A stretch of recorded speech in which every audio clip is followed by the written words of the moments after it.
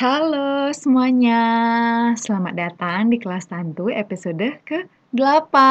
Wah, nggak kerasa nih, udah episode ke-8 aja nih kelas Santu. Gimana nih kabar teman-teman? Bagaimana persiapan kalian sejauh ini? Apakah kalian masih berkutat dalam pemilihan formasi atau sudah mulai buka-buka materi yang aku spill di episode sebelum-sebelumnya? Ayo. Nah, buat teman-teman yang masih baru, di kelas Santu, jadi kelas ini fokus untuk sharing ke kalian mengenai kemampuan teknis atau tes SKB CPNS untuk administrator kesehatan. Nah, selain sharing tentang FR, aku juga melalui kelas ini sharing mengenai soal-soal sesuai dengan pengalaman aku dan juga FR, serta nantinya akan sharing mengenai tips dan trik tentang tidak jauh dari ASN. Nah, di kelas kali ini aku bakalan fokus sharing ke kalian tentang materi farmasi ya, obat dan juga mengenai kosmetik, di mana FR ini kelihatan di SKB CPNS tahun 2021 dan tentang farmasi itu kelihatan di P3K di tahun 2022. Nah, semoga melalui kelas ini menjadi salah satu pemantik teman-teman untuk membuka materi-materi mengenai sediaan farmasi dan juga alat kesehatan. Nanti aku bakalan share ke kalian hal-hal yang kira-kira seperti apa sih pola berpikir atau kerangka berpikir dari para pembuat soal ya. Mudah-mudahan latihan ini bisa membuat kita makin memahami lebih dalam bagaimana caranya kita menjawab soal dari tes kemampuan teknis P3K maupun SKB CPNS. Oke, kita lanjut ya. Soal pertama.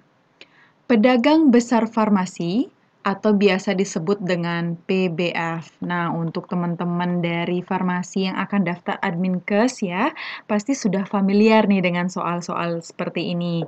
Namun, jangan khawatir untuk teman-teman yang bukan dari farmasi ya, bukan dari latar belakang apoteker, semua materi ini bisa dipelajari dan optimis teman-teman pasti bisa. Nggak harus expert loh teman-teman, tapi setidaknya kalian memahami bagaimana alur dari sediaan sebuah obat, sediaan sebuah kosmetik, karena ini termasuk sangat administratif teman-teman, dan seorang administrator kesehatan diharapkan dapat ikut membantu para apoteker dalam urusan keadministrasian. Makanya di beberapa laboratorium itu juga di badan-badan obat seperti itu ya, itu ada administrator kesehatannya teman-teman. Nah, biar lebih paham ya, kenapa Adminkes juga bisa dilamar dari latar belakang seorang apoteker atau farmasi. Oke, kita lanjut ya, biar nggak terlalu banyak nih penjelasan di awal. Nah, jadi pedagang besar farmasi dan pedagang besar farmasi cabang dalam melaksanakan pengadaan obat atau bahan obat harus berdasarkan surat pesanan. Nah, surat pesanan ini yang ditandatangani seorang apoteker penanggung jawab dengan mencantumkan A. Tanggal kadaluarsa, B. MOU atau surat kerjasama ya, C. Surat perintah, D. Nomor SIPA atau E. Nomor STR. Nah, nomor SIPA ini surat izin praktek apoteker ya, teman-teman.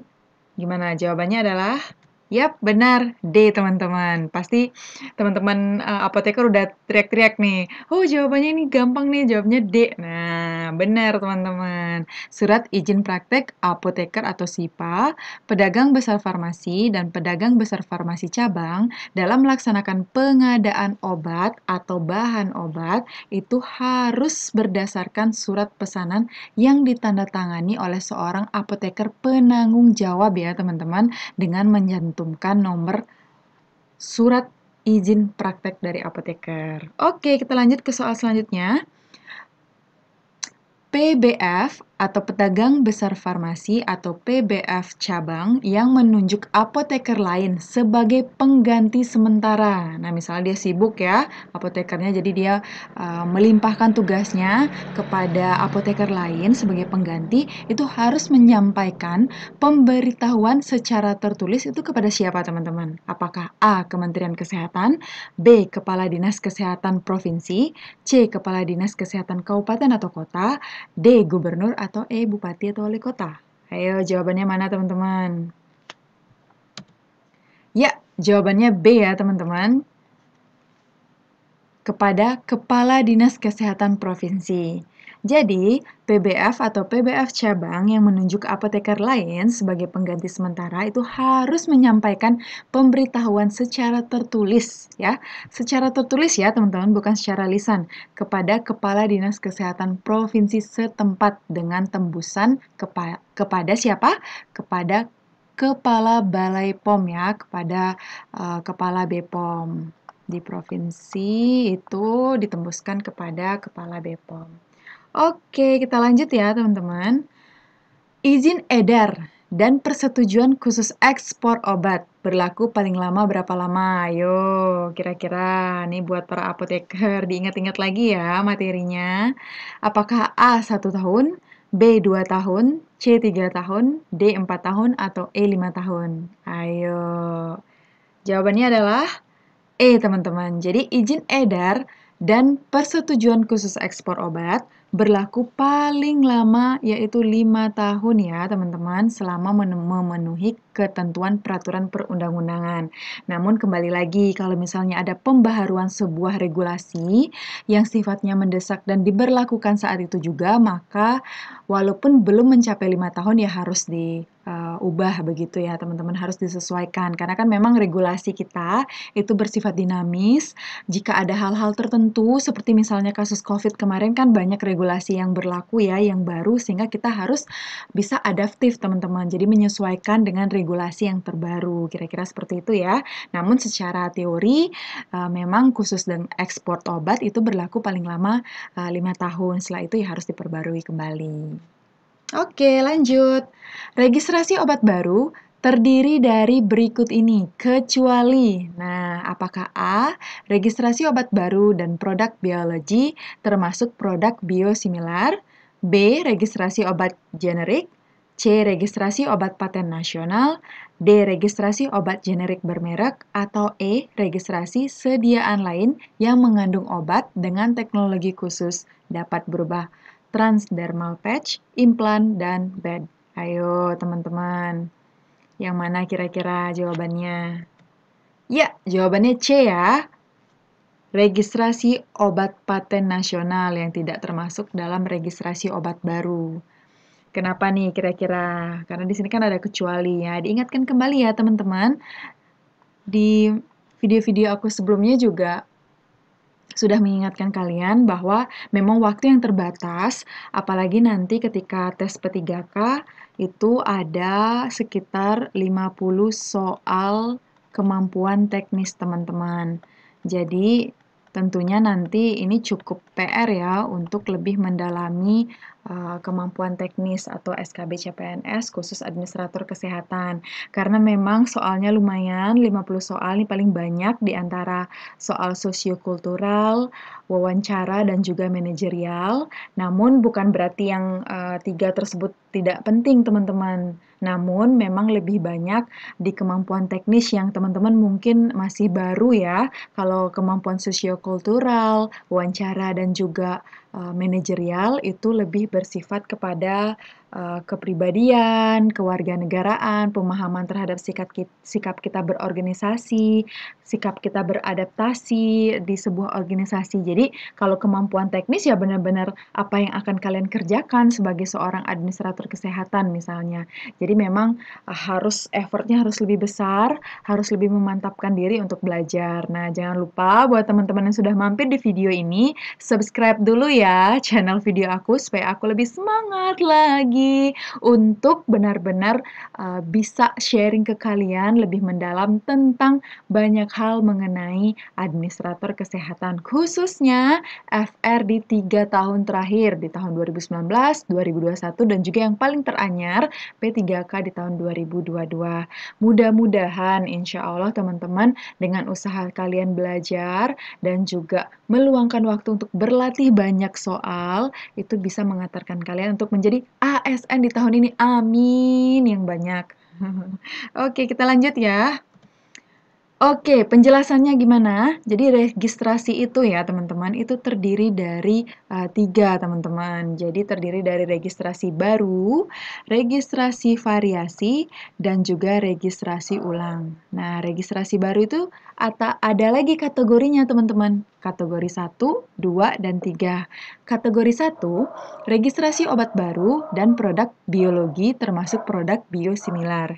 Kategori 2, registrasi obat generik dan obat generik bermerek. Nah, kategori ketiga, registrasi sediaan lain yang mengandung obat dengan teknologi khusus dapat berupa transdermal patch, implant, dan beds. Jadi, kemarin ada pertanyaan teman-teman tentang masing-masing kategori ini, kategori 1, 2, dan 3 ini. Misalnya, registrasi sediaan lain yang mengandung obat dengan teknologi khusus dan bla bla bla, itu termasuk registrasi baru kategori berapa? Nah, jadi saran aku, kalian bisa memahami ketiga ini ya, bisa dihafal dan juga dipahami tentang registrasi obat. Misalnya, registrasi baru itu ada 3 kategori. Kemudian registrasi variasi ada 3 kategori juga teman-teman. Jadi ada kategori 4, 5, dan 6. Itu ada registrasi variasi major, ada minor, dan juga notifikasi. Ini ada bedanya teman-teman. Jadi nanti bisa dicek ya di lebih mendalam di peraturan Permenkes yang sudah pernah aku share di video sebelumnya tentang sediaan farmasi teman-teman ya. Jadi juga ada selain variasi ada registrasi ulang ya. Registrasi ulang ya mengulang kembali registrasinya begitu ya kira-kira teman-teman. Nah ini tambahan nih materi buat teman-teman. Ada yang namanya nama obat yang diregistrasikan itu dapat menggunakan nama generik dan nama dagang, teman-teman. Jadi, nama generik ini sesuai dengan International Non-Proprietary Names Modified yang ditetapkan oleh WHO atau nama yang ditetapkan oleh Program Kesehatan Nasional. Jadi, ini udah pakem gitu ya istilahnya teman-teman ya. Nama generik itu udah ditetapkan begitu kira-kira. Nah, kalau nama dagang itu merupakan nama yang diberikan oleh pendaftar sebagai identitas obat. Jadi, misalnya ada orang yang menemukan sebuah obat, ada orang yang sudah meracik obat baru, dia mendaftarkan obatnya ya dengan nama dagang yang dari si pendaftar tersebut teman-teman. Jadi ada bedanya ya nama generik dan nama dagang. Nama generik itu sudah didaftarkan, kalau nama dagang adalah diberikan si oleh pendaftar tersebut gitu kira-kira ya teman-teman. Nah, pendaftar yang melakukan permohonan registrasi obat produksi dalam negeri harus memenuhi persyaratan sebagai berikut: memiliki izin industri farmasi dan memiliki sertifikat CPOB yang masih berlaku sesuai dengan jenis dan bentuk sediaan yang diregistrasikan. Nah, buat teman-teman farmasi atau apoteker, apa nih kepanjangan ya dari CPOB? Bisa tulis di kolom komentar ya. Buat teman-teman yang masih baru juga di video ini, jangan lupa cek di video kelas Tantu sebelum-sebelumnya, episode 1-7. Di sana aku udah share FR dan juga materi serta soal-soal, serta tips dan trik. Aduh, banyak sekali bonusnya ya teman-teman. Ya, aku seneng buat sharing ke kalian semua supaya kita sama-sama jadi ASN ya. Oke, jadi bisa komen di bawah kira-kira materi apa yang mau kalian pelajari lebih dalam dan materi apa yang ingin kalian pelajari dan aku share di video kelas Tantu selanjutnya. Jadi contohnya hari ini berdasarkan inspirasi dari komen teman-teman nih. Ada yang komen pengen belajar lebih lanjut mengenai farmasi dan juga perizinan begitu ya. Nah, kali ini aku bakalan share dulu tentang farmasi terutama untuk sediaan obat dan juga tentang kosmetik yang memang dua materi ini ya itu kelihatan di FR di tahun sebelumnya dan mudah-mudahan kalau misalnya keluar lagi di tahun ini kalian pada udah memahami dan nanti bisa jawab soalnya gitu kira-kira ya teman-teman. Mari kita semangat untuk berlatih. Lanjut. Berikut ini Adapun persyaratan pendaftar yang melakukan permohonan registrasi obat produksi dalam negeri. Nah, kalau misalnya ada produksi dalam negeri, berarti ada produksi luar negeri ya teman-teman. Jadi nanti dipahami kembali apa saja persyaratan untuk obat produksi dalam negeri maupun luar negeri. Nah, nanti kita akan bahas lebih lanjut di kelas-kelas Tantu maupun di grup Telegram ya. Nah, jadi sekarang kelas Tantu punya grup nih teman-teman. Kalau misalnya kalian mau gabung, pantengin terus video ini sampai akhir karena nanti aku bakalan bagikan informasi selengkapnya tentang grup kita ya teman-teman. Jadi lanjut lagi, jadi kemana-mana nih.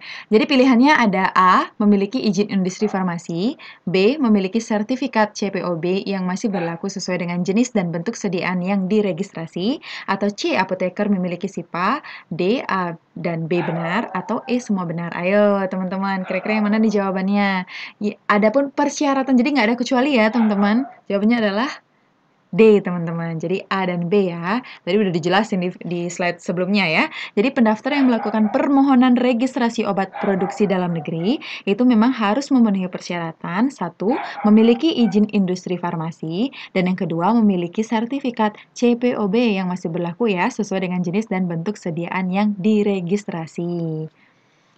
Nah, segitu dulu teman-teman sharing aku tentang latihan soal khususnya pada sediaan obat untuk kosmetik dan juga perizinan. Nanti di kelas Tantu selanjutnya aku bakalan sharing. Nah, kali ini sesuai dengan permintaan dari para teman Tantu di luar sana, aku menampungnya dengan sangat antusias dan khususnya ya untuk teman-teman kita yang saat ini berada di ujung Sabang sampai dengan ujung Merauke yang kemarin sempat mengeluhkan, "Kak, aku pengen memiliki buku Kakak, materinya bagus, contoh soalnya juga mendalam, tidak hanya hafalan tapi juga pemahaman, tapi tidak ada jasa kirimnya, ongkirnya mahal, dan juga sampainya lama." Oke, alternatif lain kalian bisa gabung di grup ini dan grup Tantu untuk Telegram ini aku fasilitasi untuk kita sama-sama belajar ya teman-teman. Aku juga sampai saat ini masih belajar, aku juga masih berusaha untuk memahami administrator kesehatan itu seperti apa. Nah, berdasarkan pengalaman aku, metode belajar seperti ini itu sangat efektif teman-teman, karena kita secara tidak langsung dipaksa untuk belajar setiap hari teman-teman.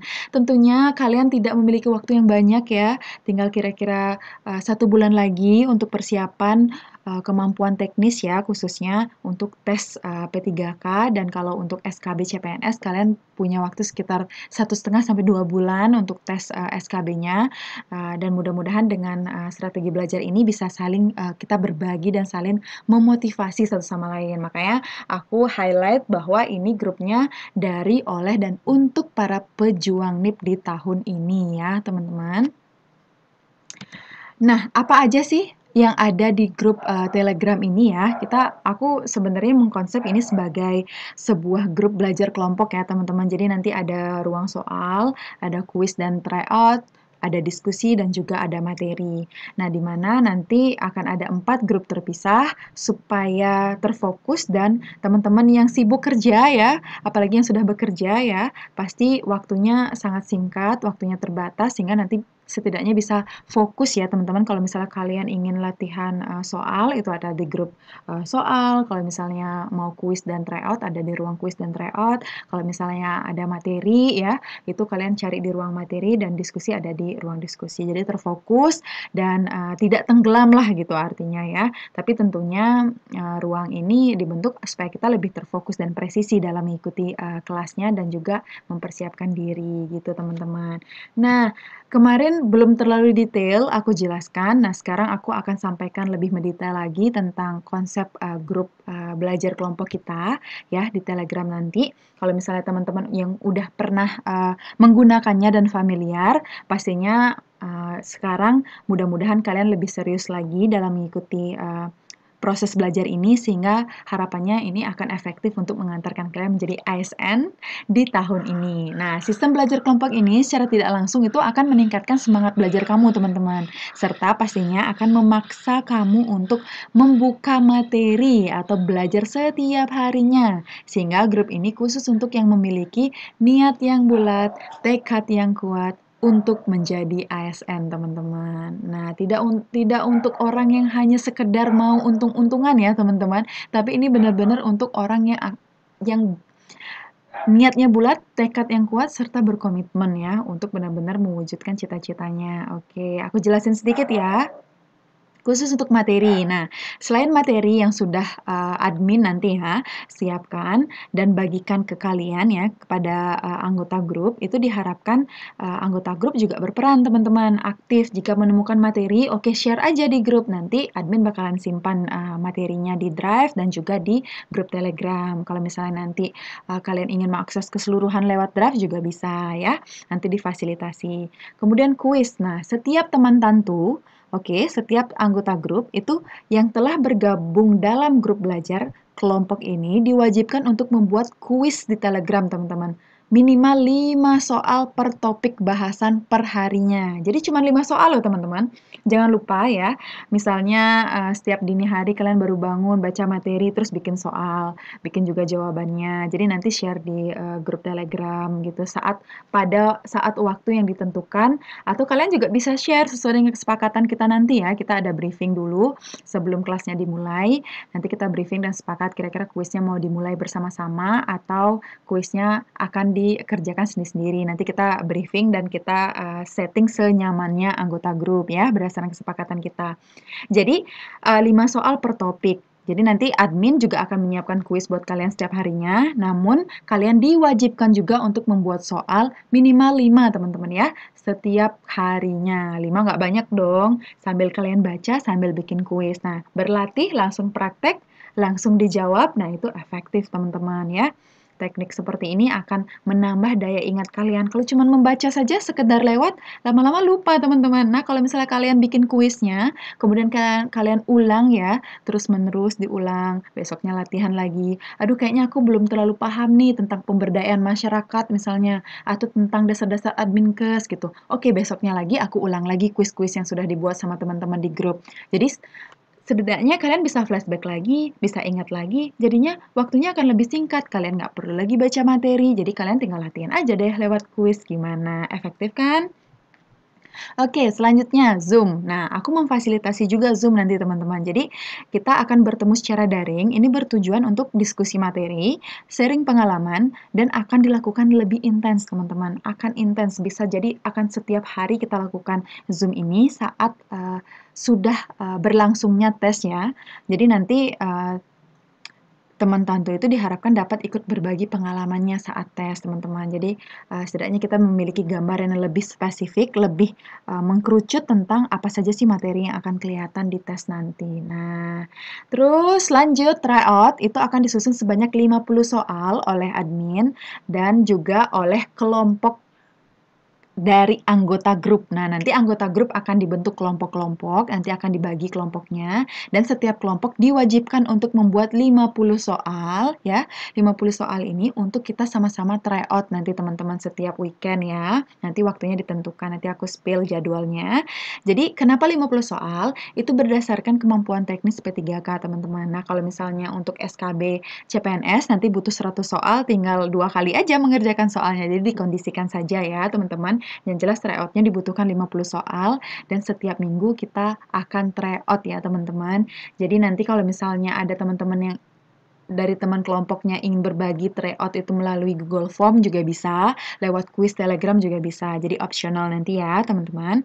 Kemudian lanjut diskusi, itu sesi-sesi di mana kita berdiskusi tentang hal-hal yang belum kita pahami teman-teman. Dan sharing pengalaman untuk memahami bagaimana caranya kita ya untuk berlatih lebih efektif, lebih efisien. Kemudian jangan sampai nanti diskusinya malahan spamming, promosi, atau apa gitu. Jadi kita fokus ya teman-teman. Jadi grup ini benar-benar intens dan benar-benar kita fokuskan untuk berlatih dan belajar.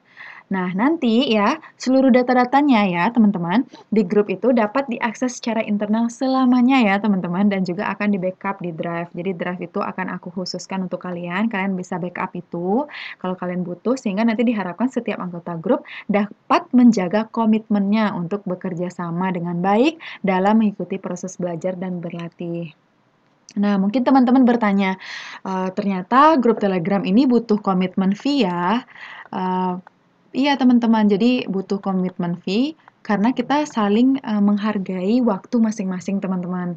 Jadi aku menghargai, waktu teman-teman yang ada di grup, kemudian teman-teman juga menghargai waktu kami ya di, grup Tantu. Jadi berdasarkan pengalaman aku di tahun sebelumnya, kita buka grup gratis, free untuk, pejuang, NIP, untuk Adminkes ya khususnya teman-teman, tapi grupnya nggak efektif teman-teman, karena, di grup tersebut tergabung dari banyak kalangan yang mungkin tidak terlalu memiliki motivasi yang tinggi untuk lolos, jadi ya dia hanya mengambil keuntungannya saja begitu. Jadi tidak mau share soal, tidak mau share, kuis, kemudian tidak mau share materi, padahal prinsip dari grup kita adalah saling saling berbagi teman-teman. Kan kita konsepnya belajar berkelompok secara online teman-teman. Jadi memang ini grup dikhususkan sangat intensif dan memaksa kalian untuk belajar setiap hari, baca materinya sesuai dengan jadwal yang telah ditentukan. Komitmen fee-nya itu harusnya ini sangat terjangkau teman-teman ya. Mudah-mudahan, teman-teman bisa melihat values yang disampaikan dan juga yang akan kalian dapatkan nanti di grup ini. Networking di seluruh Indonesia dan juga materi yang sudah terfokus sesuai dengan FR dari pengalaman, para alumni teman-teman. Nah, mudah-mudahan ya, usaha yang kalian lakukan dan juga pengorbanan ini tidak sia-sia, entah itu waktu, tenaga, pikiran, secara material maupun, financial, itu nantinya bisa kembali lagi berkali-kali lipat dan, kalian merasa bahwa, "Wah, akhirnya apa yang sudah aku perjuangkan membuahkan hasil." Mudah-mudahan kalian bisa ada di tahap tersebut. Amin yang kencang. Oke, lanjut ya. Nih yang ditunggu-tunggu jadwalnya. Nah, teman-teman, jadi jadwal kelas grup belajar Tantu ini bersifat tentatif ya, balik lagi teman-teman, dan ini bersifat dinamis tergantung kebutuhan grup belajar Tantu. Jadi nanti akan start mulai 9 Oktober dan kelas ini registrasinya tidak ini tutup kalau misalnya nanti kalian gabung belakangan, itu sebenarnya bisa teman-teman, bisa mengakses materi yang sebelum-sebelumnya sudah di-share, tapi ya tentunya berinteraksi secara aktif itu akan lebih menguntungkan ya teman-teman, karena kita bisa saling berdiskusi, sharing, dan benar-benar memanfaatkan waktu dengan maksimal selama sebulan inilah efektif teman-teman. Nggak lama teman-teman, hanya sebulan ini kalian menentukan apakah lolos atau tidak, bagaimana usaha kalian untuk memperjuangkannya. Nah, di sini aku mengatur jadwalnya Senin sampai Minggu. Nah, setiap hari teman-teman. Jadi tryout-nya ada 2 ya teman-teman, jadi opsional, tryout di hari Sabtu kita bisa ganti Zoom juga, bisa hari Minggu kita ganti Zoom. Jadi nanti kita kondisikan lagi sesuai kesepakatan ya. Jadi setiap hari Senin, Selasa, Rabu, Kamis, dan Jumat kita ada, materi ya, di 1 jam pertama atau setengah jam pertama itu tergantung nanti ada materi, kemudian, ada kuis dari teman-teman pastinya ya. 5 soal setiap, anggota grup. Nanti kalau misalnya ada berapa anggota grup kan pasti akan ada banyak kuis ya. Jadi mudah-mudahan dari kuis-kuis tersebut bisa kita sama-sama berlatih untuk memahami materinya di, hari tersebut atau topik yang dijadwalkan di hari tersebut. Misal contoh hari Senin topiknya apa? Dasar-dasar administrasi kesehatan, Nusantara Sehat, program atau regulasi terbaru Kemenkes, kemudian karya tulis ilmiah dan metode penelitian, serta sistem kesehatan nasional atau BPJS atau JKN. Nah, dari keempat topik ini berarti nanti kalian harus menyiapkan berapa soal? Dasar-dasar Adminkes 5 soal, Nusantara Sehat 5 soal, karya tulis ilmiah 5 soal, kemudian sistem kesehatan 5 soal. Jadi kalau misalnya nanti anggota grupnya banyak, kalian bakalan punya ribuan ya, ratusan ribuan soal, di mana kalian benar-benar akan sampai mabuk nanti ya sama materinya, dan benar-benar kalian lahap habis, sehingga nanti bakalan di luar ya, kalian tuh jawab soalnya bakalan cus cus cus langsung kayak gitu teman-teman. Jadi udah di luar kepala lah istilahnya teman-teman. Nah, di besoknya ya, hari Selasa, ada manajemen perizinan puskesmas atau rumah sakit, kemudian ada undang-undang kesehatan, ada perizinan instruksi, pemberian jasa seperti SKP dan surat izin praktek, serta analisis kebijakan atau program kesehatan. Dan begitu pula dengan hari-hari lainnya. Nah, kenapa aku rancang seperti ini sangat padat? Karena untuk menanamkan dalam pikiran kita ya teman-teman, menanamkan dalam otak kita bahwa, "Oke oke diriku, sekarang aku, di bulan ini harus fokus untuk belajar hal-hal seperti ini." Jadi, exposure-nya harus ya, materi-materi ini teman-teman. Nah, Nanti materi-materi tenang ini akan aku rangkum di Drive dan aku share juga di grup teman-teman. Jadi kalian bisa akses dan kalian bisa pelajari bikin soal teman-teman dari sana. Harus bikin sendiri. Kenapa? Balik lagi kalau misalnya kita sudah terbiasa untuk membaca berulang-ulang kali, mempraktekannya langsung, kemudian kita latihan untuk mengerjakannya, maka kita akan terbiasa serta memahaminya dengan menyeluruh. Ini akan lebih efektif teman-teman dibandingkan kita hanya membacanya, hanya menghafalnya. Nah, dari sini mudah-mudahan strategi belajar ini cocok untuk kalian dan jika kalian tertarik, kalian bisa menghubungi admin Tantu ya untuk registrasinya.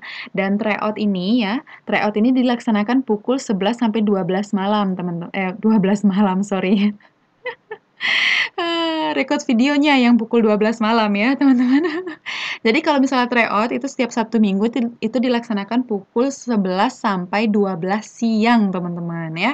Tapi nanti bisa berubah lagi ya, tergantung kebutuhan dan kesepakatan anggota tim. Ini aku rancang seperti ini sesuai dengan kondisi di mana ya sebagian besar dari kita kan sudah bekerja, jadi pastinya waktu yang efektif untuk belajar itu adalah malam hari, dan ini aku atur di waktu Indonesia bagian barat, teman-teman di bagian Jakarta sana ya, bagian barat, dan mudah-mudahan teman-teman dari bagian tengah dan juga timur bisa menyesuaikan ya, mudah-mudahan tidak terlalu malam dan nanti Zoom-nya akan aku record teman-teman ya, akan direkam, jadi Zoom bisa tetap di update lagi, maksudnya dengarkan kembali kalau misalnya kalian butuh, begitu teman-teman. Oke, mungkin segitu dulu penjelasan dari bagaimana mekanisme dari kita belajar kelompok melalui grup Telegram dan juga jadwal kelasnya. Jika teman-teman tertarik, jangan lupa untuk segera registrasi teman-teman, karena kalau misalnya kami merasa sudah cukup segini, karena kami pastinya tidak akan menerima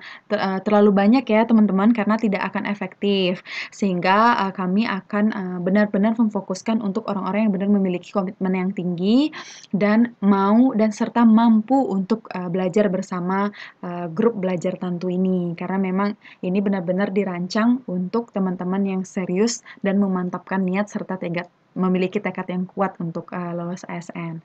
Oke, segitu dulu. Jika kalian tertarik untuk registrasi, itu bisa menggunakan link ini ya teman-teman. Kalian bisa klik di browsernya seperti ini, bisa ketik ya. Nanti registrasinya bisa di sini ya. Kalau misalnya masih ada pertanyaan, jangan sungkan ya teman-teman, bisa reach out aku melalui Instagram aku, Instagram pribadi boleh, Instagram Tantu boleh, WhatsApp juga boleh, email juga boleh teman-teman. Jadi aku sangat terbuka terhadap diskusi. Kalau misalnya nanti di sesi Zoom grup kelas Tantu itu kalian ingin sharing ya, ingin bertanya-tanya juga, boleh teman-teman. Nanti kita akan atur waktunya. Insya Allah nanti aku bisa mengalokasikan waktu khusus untuk mentoring buat teman-teman. Untuk menjaga semangatnya, jangan pernah merasa kesepian karena aku tahu dan aku sangat merasakan sekali bagaimana rasanya menjadi seorang penjuang NIP ya teman-teman. Gimana ya? Ya, begitulah teman-teman.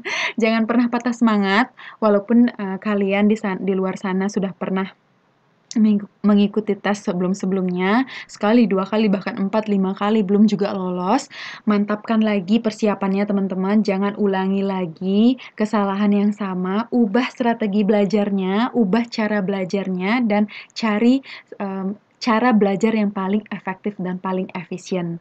Jangan lupa teman-teman ya, sebelum aku akhiri video ini, aku mengingatkan kembali buat yang udah persiapan untuk daftar, jangan lupa untuk memperhatikan detail sekali persyaratan administrasinya. Jangan sampai kalian gagal di administrasi, teman-teman, karena itu tahapan yang paling mudah dari seluruh tahapan. Jadi kalian harus benar-benar detail untuk mengisi, mengupload dan benar-benar yakin bahwa itu sudah benar dan tepat sasaran ya, teman-teman. Kalau bisa kalian bisa sharing ke teman sesama pejuang untuk mengecek ya, saling ngecek. Coba dong kamu cekin punya aku, kira-kira udah benar belum? Dokumennya udah terbaca belum? Udah sesuai belum dokumennya dengan file yang harusnya diupload? Nah, itu benar-benar harus diperhatikan teman-teman karena banyak yang tidak memenuhi syarat atau TMS, itu kebanyakan karena dokumen yang di-upload itu tidak sesuai, atau dokumen yang di-upload itu tidak, terlihat dengan jelas, atau salah pengisian tanggal lahir, tahun lahir. Kadang kan kalau misalnya orang-orang ya, itu nggak bisa akses di, pagi, siang, atau sore hari, kan teman-teman pada akses grup CASN itu pada malam hari kan teman-teman. Nah itu kadang mata udah ngantuk, udah capek seharian, udah kesel juga karena websitenya susah diakses ya karena ditumplu oleh ribuan orang. Jadi kadang-kadang kita salah ketik. Nah jangan sampai ya teman-teman, jangan lupa dicek berkali-kali, kalau bisa di-recheck lagi dan dicek oleh teman yang lain, begitu teman-teman, sebelum akhirnya memutuskan untuk submit. Tapi jangan juga submit terlalu dekat-dekat dengan batas waktu atau deadline-nya ya, takutnya nanti ada permasalahan, web atau, sinyal gitu ya, tiba-tiba nggak bisa upload. Nah, jadi mohon teman-teman untuk terus dijaga semangatnya, dijaga konsistensinya, buka-buka lagi materi-materinya ya, sambil dirancang-rancang bagaimana strategi belajar yang cocok untuk kalian. Dicek lagi video kelas tantu di episode sebelum-sebelumnya, dan jangan lupa untuk subscribe channel ini. Biar aku makin semangat nih buat sharing-sharing ke kalian. Karena aku seneng banget sebenarnya sharing-sharing pengalaman dan juga materi dan berbagi seperti ini. Karena aku merasa ketika aku berbagi seperti ini, aku lebih menguasai lagi, oh ternyata Adminkes itu seperti ini, aku lebih tahu jadinya. Walaupun ya sekarang aku berkecimpung banyak di administrator kesehatan dan, tentunya aku ingin lebih banyak lagi berbagi ke kalian praktikalnya seperti apa sih di lapangan, siapa sih yang mengambil keputusan, siapa sih yang akan terlibat di dalamnya. Nah itu, siapa yang memiliki wewenang, itu yang sebenarnya perlu kita pahami lebih lanjut teman-teman, karena memang tidak hanya teori saja. Makanya di P3K kali ini dibutuhkan para pendaftar yang memiliki pengalaman kerja minimal 2 tahun, teman-teman. Nah, itu alasannya, supaya benar-benar praktikal dan dalam tanda kutip siap dipakai untuk menjadi seorang administrator kesehatan di sebuah instansi. Oke, teman-teman, segitu dulu sharing dari aku kali ini ya. Semoga kalian tetap tangguh menjadi nomor satu, teman-teman. Jadi jangan lupa buat like video ini, share ke teman-teman kalian sesama pejuang, dan juga subscribe channel aku ya. Kalau misalnya kalian masih ada hal-hal yang ingin ditanyakan, bisa komen di kolom komentar di bawah, atau kalian juga bisa menyampaikan hal-hal yang menurut kalian ingin pedalami lebih lanjut materinya tentang soal-soal atau materi serta regulasi-regulasi terbaru. Oke, segitu dulu sharing di episode 8 ini. Sampai jumpa di kelas tantu selanjutnya.